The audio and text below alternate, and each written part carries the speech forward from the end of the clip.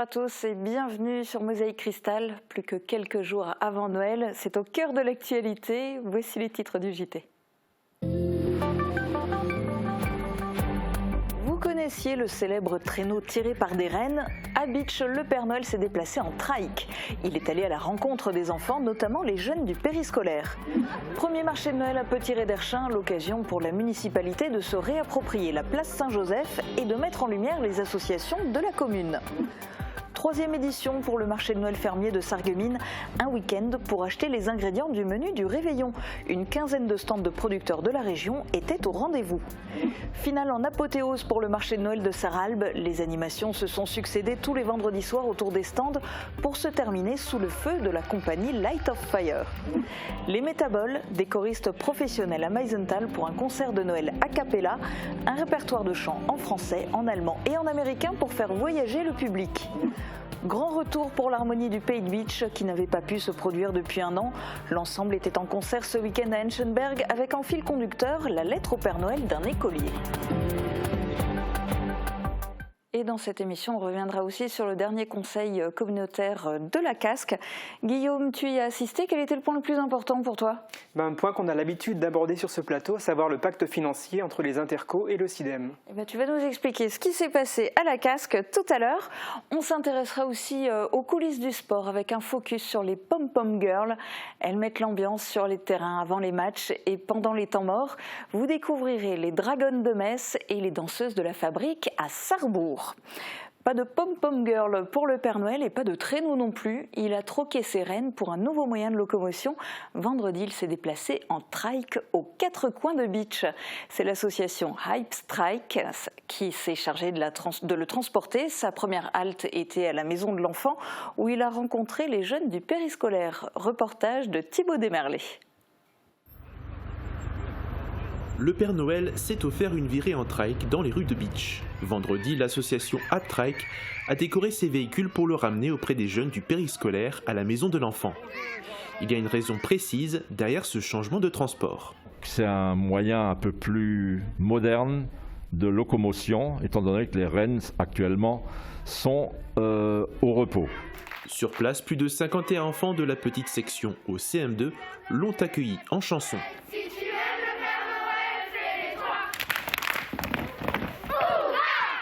Chacun à leur tour, ils ont eu droit à un entretien et une photo avec le Père Noël. C'est la première fois qu'ils s'arrêtent au périscolaire. C'était bien et je lui ai demandé que tout le monde soit en bonne santé. Et qu'est-ce que tu as reçu ? Un Saint-Nicolas, un bonbon et des chocobons. Les chocolats ont été fabriqués dans l'atelier du Père Noël et financés par la commune de Bitche. La municipalité, la maison de l'enfant et l'association Hype Trike ont organisé cette opération pour animer la cité fortifiée. Nous le faisons également pour faire plaisir aux gens, en particulier les enfants. En cette période de Noël, avec toujours la vague du Covid, il faut un petit peu ramener du bonheur, de la joie, de l'espoir. Le Père Noël a continué sa tournée au Sentier des Lanternes et récupérera ses rennes et son traîneau pour sa distribution de cadeaux le 24 et 25 décembre. Parmi les événements du week-end, il y avait les veillées de Noël à Petit-Réderchin, un rendez-vous tout nouveau pour la commune qui pour l'occasion a proposé plusieurs animations et des stands très variés. Photos avec le Père Noël, chorale à l'église, restauration sur place et une multitude de produits locaux étaient au programme. Retour en images sur la soirée. Plus de 20 ans que la place Saint-Joseph, au cœur de Petit-Réderchin, n'avait pas connu autant d'émulation. Et on s'est dit, allez, on va organiser notre premier marché de Noël ici. L'occasion de réunir des artisans et producteurs locaux, mais aussi une quinzaine d'associations du secteur pour leur donner un coup de main. On a organisé cette fête-là juste pour eux et voilà, pour qu'ils puissent rentrer un peu d'argent. Côté visiteurs, c'était le bon moment pour trouver un petit quelque chose avant les fêtes. De belles surprises gustatives et des plaisirs décoratifs comme ces crèches en bois. Noël c'est recevoir mais aussi donner. Parmi les stands, les Pères Noël à moto étaient présents pour récolter des jouets au profit des enfants hospitalisés. Les petits de la commune ont eu droit à un moment privilégié avec Papa Noël, qui malgré son emploi du temps très chargé, n'a pas hésité à faire une halte. Anna, oh c'est super Anna. Et toi, Antoine, toi, t'as l'air d'un petit filou, hein? Des animations extérieures comme intérieures. Des chants de Noël ont résonné au cœur de l'église du village, avec par exemple les voix des enfants de l'école élémentaire.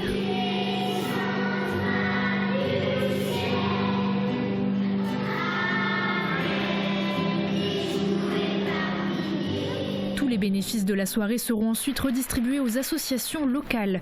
Un coup de pouce plus que bienvenu pour ces dernières et qui pourrait susciter l'envie de recréer l'interassociation du village, dissoute depuis plusieurs années.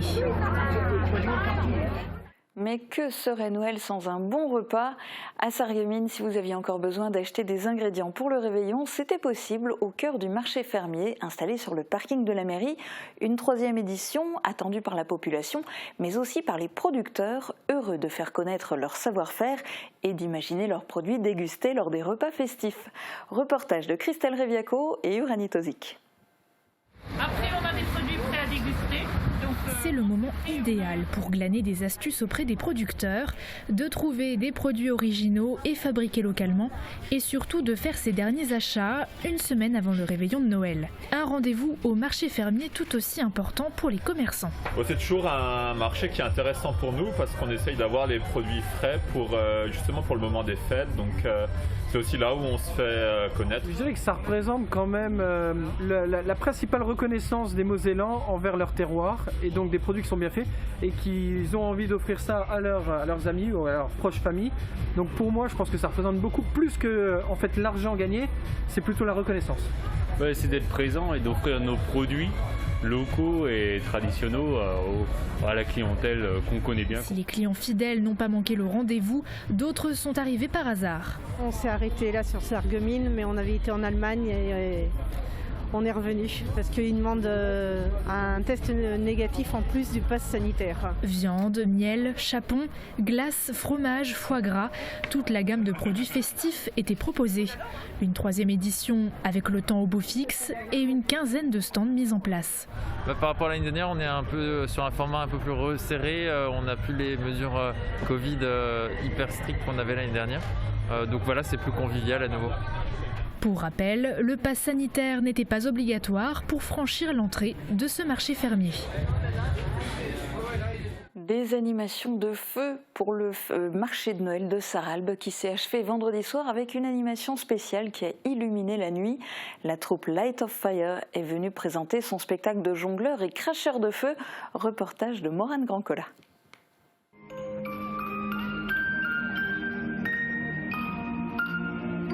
Voici Light of Fire, 8 amis passionnés par les arts du feu qui sillonnent les routes du secteur pour présenter leur spectacle enflammé.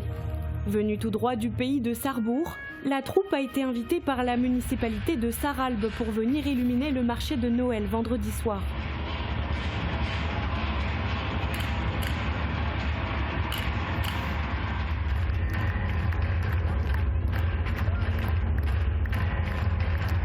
Ils ont littéralement mis le feu pour le plus grand plaisir des spectateurs. Le feu, ce n'est pas que du spectacle. Pour beaucoup, c'est avant tout un moyen de chauffage, tout particulièrement en cette période où plus de 8 Français sur 10 s'inquiètent de l'augmentation des tarifs de l'énergie. Les factures de gaz, d'électricité ou de fioul ne cessent de grimper. Nombreux sont ceux qui se tournent vers un chauffage au bois ou au granulé, des solutions qui permettent de passer l'hiver au chaud sans se ruiner. Reportage de Ghislain Schumacher. Ces 2 ouvriers s'apprêtent à installer ce poêle à bois dans la pièce à vivre de Marilyn. Cette mère de famille attend avec impatience sa première flambée. On souhaitait un poêle à bois en plus d'une pompe à chaleur, donc on a mis en place au mois de septembre. On a complètement changé le mode de chauffage. On était chauffage au fioul. Sa facture annuelle de 2 800 € de chauffage pourrait être divisée par 2. Comme Marilyn, ils sont nombreux à avoir poussé les portes de ce magasin. Parmi les 30 modèles exposés, beaucoup sont déjà réservés. Donc ça, c'est un poêle qu'on a vendu il y a 10 jours. En fait, c'est des clients qui souhaitent avoir un poêle à bois, un chauffage d'appoint, leur chauffage principal chez eux à la maison. Cette année, les professionnels du secteur enregistrent une augmentation de 30% de la demande. Au-delà des économies réalisées, le chauffage au bois offre un certain confort. Les gens veulent la chaleur du bois et se rendent compte qu'en termes de ressenti, on n'a rien de mieux à l'heure actuelle sur le secteur, même si on est sur des chauffages centrales qui chauffent très bien. La combustion de bois apporte en fait un rayonnement et un ressenti de chaleur qui est incomparable. La tendance est également au poêle à granulés, notamment pour son côté pratique.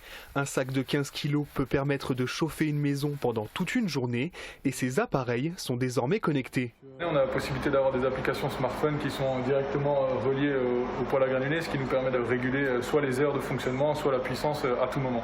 Mais les poêles sont aussi plébiscités pour leur design très soigné. C'est un apport d'autant plus important aujourd'hui puisque les gens, depuis le Covid et surtout les confinements, apportent de l'importance à leur intérieur, à leur déco. Ces appareils représentent un certain investissement, mais ils rentrent dans le cadre de la prime de rénovation énergétique distribuée par l'État. Les primes sont très importantes depuis janvier 2020. Ça va jusqu'à 3 000 € sur un poêle à granulés, donc ce qui n'est pas négligeable. Ça permet à beaucoup de gens de faire des installations alors qu'auparavant, ce n'était pas possible pour eux. MaPrimeRénov' finance jusqu'à 90% du prix d'achat de ces appareils. Les ventes de poêles n'ont donc pas fini de flamber. C'est la saison des veillées au coin du feu, c'est aussi la saison des concerts de Noël. Parmi les événements du week-end, les choristes professionnels, les Métaboles, ont proposé au public des chants en français, en allemand, en américain, pour faire vivre l'esprit des fêtes de fin d'année. Ça s'est passé sur la scène de la Halle Verrière de Meisenthal. Christelle Reviaco et Uranie Tozik ont assisté au concert.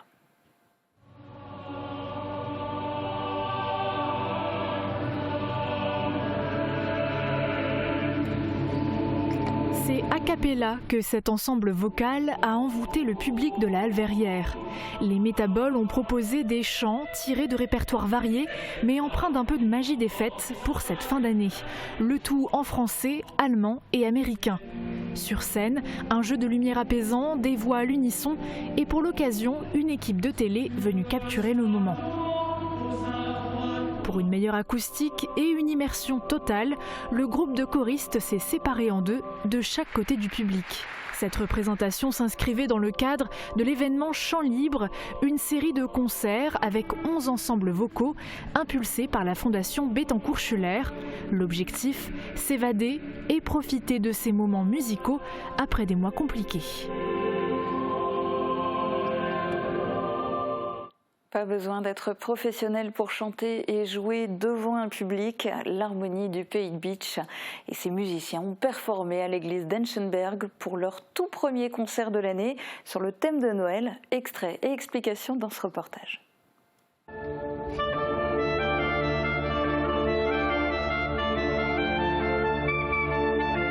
Une trentaine de musiciens, un public nombreux et une ambiance de fête. Le cocktail gagnant au cœur de l'église d'Enchenberg pour un concert proposé par l'harmonie du Pays de Bitche. Et cela faisait plus d'1 an que le groupe n'avait pas pu jouer. Malgré le peu de répétitions et quelques membres en moins, l'ensemble a interprété de beaux morceaux, entrecoupés d'extraits sonores préenregistrés par les enfants de l'école élémentaire. Il s'agissait du fil conducteur du concert, un jeune lisant sa lettre au Père Noël. Elle fait de la clarinette. Elle m'énerve parfois, car quand elle s'entraîne à la maison, elle ne veut pas de bruit afin qu'elle puisse se concentrer. Une mise en jambe pour l'harmonie qui a d'autres projets en tête pour l'an prochain. Déjà, jouer son nouveau concert de variété 3 fois reporté et peut-être participer à la fête de la musique. Et maintenant, c'est l'heure de la chronique politique de Guillaume, consacrée au dernier conseil de la communauté d'agglo Sarreguemines Confluence.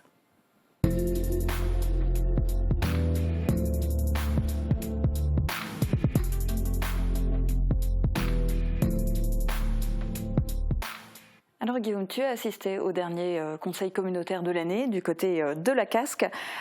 Comment ça s'est passé? Quels ont été les principaux points abordés? Ça s'est bien passé, dans l'unanimité, un petit peu comme d'habitude. Il y avait une trentaine de points à l'ordre du jour. Il y avait notamment de nombreuses demandes de subventions à valider, car l'union fait la force. Et si la Casque souhaite investir au niveau du développement durable, notamment, elle n'entend pas le faire toute seule. Elle sollicite pour cela des subventions, notamment auprès de l'État. Illustration dans ce reportage. n'est pas encore arrivé. Les demandes de subventions doivent être approuvées en conseil communautaire et comme vous pouvez vous en douter, encore plus que lors des autres points présentés aux élus de la Casque, ce type de sollicitation obtient un oui franc et massif. Sans opposition, sans abstention. Une dizaine de demandes de subventions ont été approuvées jeudi dernier.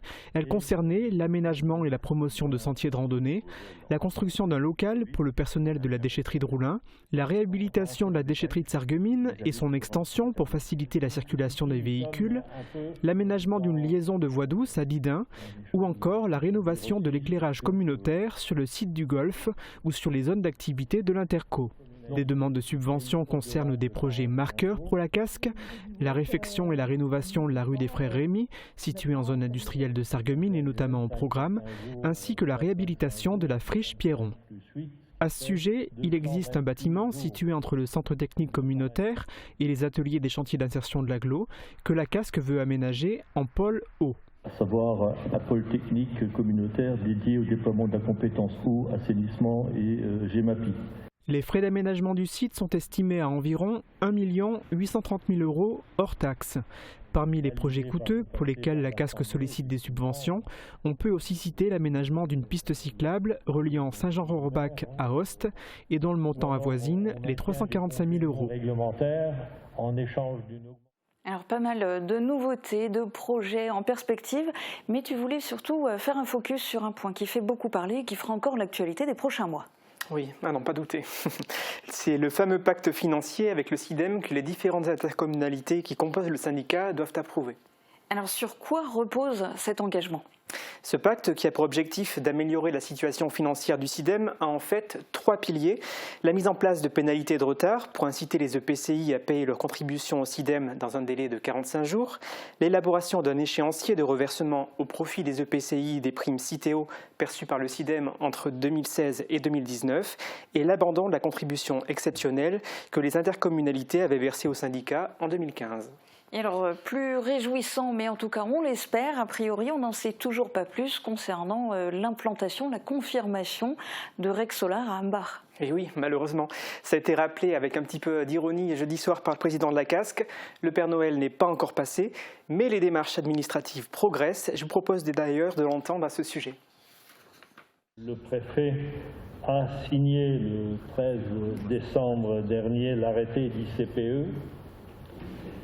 Après un avis favorable du CODERS, le CODERS qui est une commission qui doit être consultée, ce qui signifie que la démarche est arrivée à son terme et qu'à présent, chez nous, sur le territoire, tous les voyants sont au vert. Donc nous pouvons accueillir l'industriel à tout moment.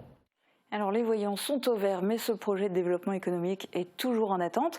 En revanche, il y a d'autres projets qui devraient se concrétiser plus rapidement peut-être. Oui, effectivement. Le conseil communautaire a approuvé la vente de 2 parcelles situées dans le sud du parc d'activités de Wouswiller. La société Périphérie se trouve déjà à cet endroit et elle va agrandir ses locaux. Elle va disposer à cet endroit de plus de 2000 m² supplémentaires. À côté d'elle va emménager SDAA, ça s'appelle la Société de diffusion et d'accessoires automobiles. Elle a implantée aujourd'hui à Sarreguemines, au 30 rue Rabelais. Et pour l'anecdote, c'est à elle que l'on doit le petit sapin désodorisant que de nombreuses personnes ont dans leur voiture. À Wouswiller, SDAA disposera d'un bâtiment de 600 m² situé sur une parcelle de plus de 6000 m². Dernière entreprise qui va déménager, mais en zone artisanale de Roulin, cette fois, c'est l'entreprise Froid Est Énergie, installée aujourd'hui à Étain. La Casque a décidé de lui vendre une parcelle de 2712 m². Eh bien, merci beaucoup Guillaume pour toutes ces précisions. Et puis ce soir, nous serons au conseil municipal de Sarreguemines. Une séance que vous pourrez suivre en direct à 18 h sur Mosaïque Cristal et sur les réseaux sociaux de la ville de Sarreguemines. Pour le moment, on regarde les prévisions de Météo France pour demain. Couverture, crépissage, peinture et isolation. Avec Moder Habitat, votre maison sera belle et confortable par tous les temps. Retrouvez votre programme avec le Crédit Mutuel, partenaire des grands événements de votre région. Une banque qui appartient à ses clients, ça change tout. Bonjour tout le monde, dernière ligne droite avant Noël. Derrière la case du jour se cache le thème des illuminations de Noël. La toute première guirlande électrique a été mise au point par Edward Hibber Johnson, proche de Thomas Edison en 1882. Puis d'année en année, avec la mondialisation et la laïcisation de la société, les festivités liées à Noël prennent progressivement un caractère familial et se développent de plus en plus. C'est dans les années 1960 que les illuminations font leur apparition dans les villes. Depuis, cette tendance n'a fait que grandir jusqu'à aujourd'hui où même les habitations sont illuminées. Et pour demain, c'est le ciel qui sera illuminé par le soleil. Les nuages ne feront pas partie du décor et on pourra donc profiter de très belles éclaircies. Côté température, les minimales iront de -2 à -3 degrés et les maximales de 1 à 4 degrés. Demain, pensez à souhaiter une bonne fête aux pierres et il fera jour de 8h23 à 16h36. Passez tous une excellente journée et à demain. C'était votre programme avec le Crédit Mutuel, partenaire des grands événements de votre région. Une banque qui appartient à ses clients, ça change tout. Vivez un Noël aux couleurs de l'Italie avec Italia del Gusto. Toutes les meilleures spécialités italiennes à offrir ou savourer. Italia del Gusto, 2 rue des Généraux Crémer à Sarreguemines. Carrelage, porte, parquet et dalles extérieures. Pour une maison moderne et élégante, rendez-vous chez Prolux Design.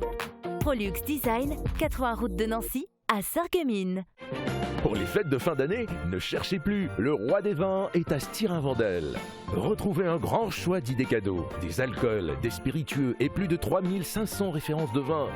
Et juste à côté, découvrez votre toute nouvelle chocolaterie Jacques Bockel. Création chocolatée d'exception et gourmandise pour tous les goûts. Le roi des vins à Styrin-Vendel, où choisir devient un plaisir. Chez AVS Santé, nous favorisons le maintien à domicile à travers 3 domaines d'activité. Le transport, l'aide à domicile, la distribution et l'installation de matériel médical. Nous sommes à votre écoute et vous proposons les meilleures solutions. Acteur majeur de la santé et l'aide à la personne en Moselle-Est, nous sommes présents à Sarreguemines, Beach et Morsbach.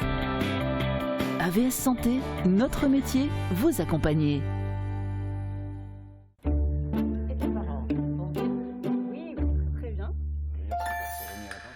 Oui, tout à fait. Ça va, ma chérie?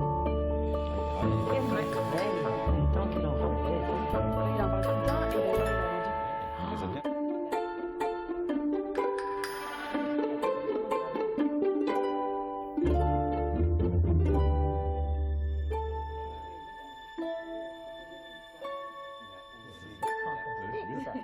Il plein de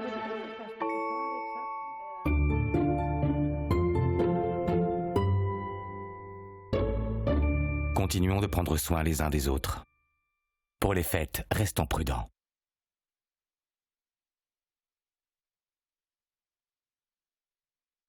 Ceci est un message du ministère des Solidarités et de la Santé. Côté sport, les lutteurs sarregueminois doivent se contenter cette année de la médaille de bronze. Les protégés d'Éric Cirque ont terminé 3e du championnat de France par équipe de première division. Ils rêvent déjà d'un 8e titre de champion de France l'an prochain. Dans le sport, il n'y a pas que les résultats, il y a aussi l'ambiance qui contribue d'ailleurs à la réussite. On va maintenant s'intéresser à celles qui mettent le feu sur les terrains. Les Pom-Pom Girls sont des sportives à part entière. Elles s'occupent de faire le show lors des avant-matchs ou bien pendant les temps morts. Leur rôle est souvent crucial pour aider les équipes à remporter leurs matchs. Baptiste Deveau a suivi l'entraînement des Dragons de Metz et les prestations des danseuses de l'association La Fabrique sur le terrain de Sarrebourg.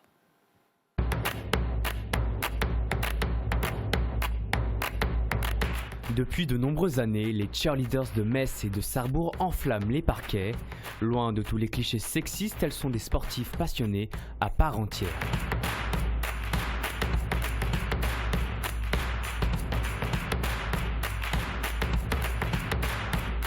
Le collectif Dragon Girls de Metz a été fondé en 2014 par Katia, danseuse originaire de Biélorussie.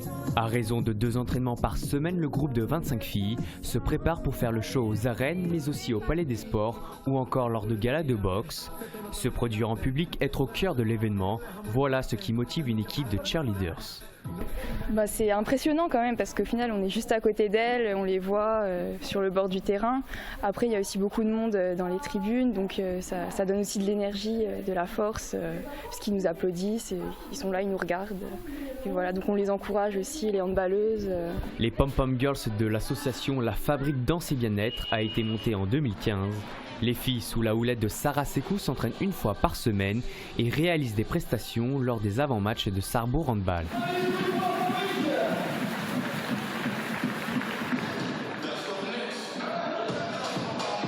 Mais aussi lors de temps morts. À ce moment-là, elles n'ont qu'une minute pour proposer une danse avec une synchronisation à la loupe. Les cheerleaders connaissent plus d'une vingtaine de chorégraphies. Beaucoup d'adrénaline, ça c'est sûr, beaucoup d'adrénaline, mais surtout beaucoup de plaisir.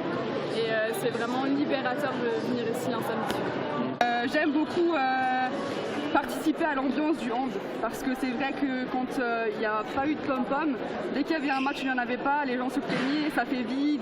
Et on aide aussi à participer à l'ambiance du hand, et ça je trouve ça super cool. Contrairement aux préjugés, le cheerleading est un sport qui demande aux athlètes d'avoir des capacités très variées, comme la force, la souplesse ou encore l'esprit d'équipe. C'est un sport complet, autant au niveau physique que mental. Alors tout d'abord la mémoire, parce que comme on a pu le dire, il y a beaucoup de temps mort, beaucoup de chorégraphie. Ensuite le dynamisme c'est très important, autant dans les bras, dans les jambes, d'être tout le temps à fond, parce que c'est une danse qui demande de l'énergie. Donc voilà, principalement la mémoire et le dynamisme. Les cheerleaders subissent beaucoup de clichés à l'américaine et sont souvent perçus comme des filles qui agitent leurs pompons pour supporter une équipe sur un terrain. Les Messines et les Sarrebourgeois sont très éloignés de ces idées reçues. Enfin, je sais pas, pour moi, le cheerleading, c'est vraiment un sport où on doit vraiment beaucoup travailler. C'est beaucoup de travail d'équipe, il faut vraiment beaucoup de respect. Et je trouve, moi, j'aimerais bien que le public nous reçoive comme, si on peut dire, les sportifs plutôt. C'est même pas tout à fait la danse, c'est vraiment quelque chose, c'est un sport. Alors il y a des très belles valeurs, contrairement par exemple aux pom-pom américaines où voilà, il n'y a rien non plus de sexy, de vulgaire, c'est un plaisir, c'est des filles qui dansent avant tout et qui font ça par passion. D'assez homogène, accessible à tout le monde, etc. Et sans tomber dans le préjugé. C'est vraiment de l'animation, de la danse et ça s'arrête là. C'est donc une volonté pour beaucoup de développer ce sport en France encore trop incompris et peu valorisé. Les cheerleaders sont toutes portées par les mêmes passions, la danse et le spectacle.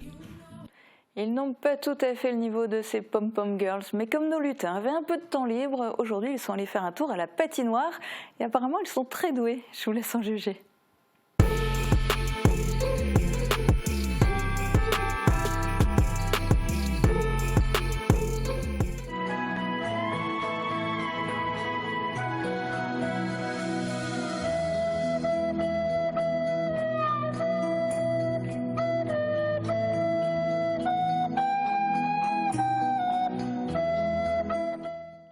C'est la fin de cette émission. Je vous retrouve en direct à 18h pour le conseil municipal de Sarreguemines. Lors de cette 15e séance plénière de la mandature, il sera notamment question du contrat local de santé. À tout à l'heure et à demain dès midi pour une nouvelle émission sur Mosaïque Cristal.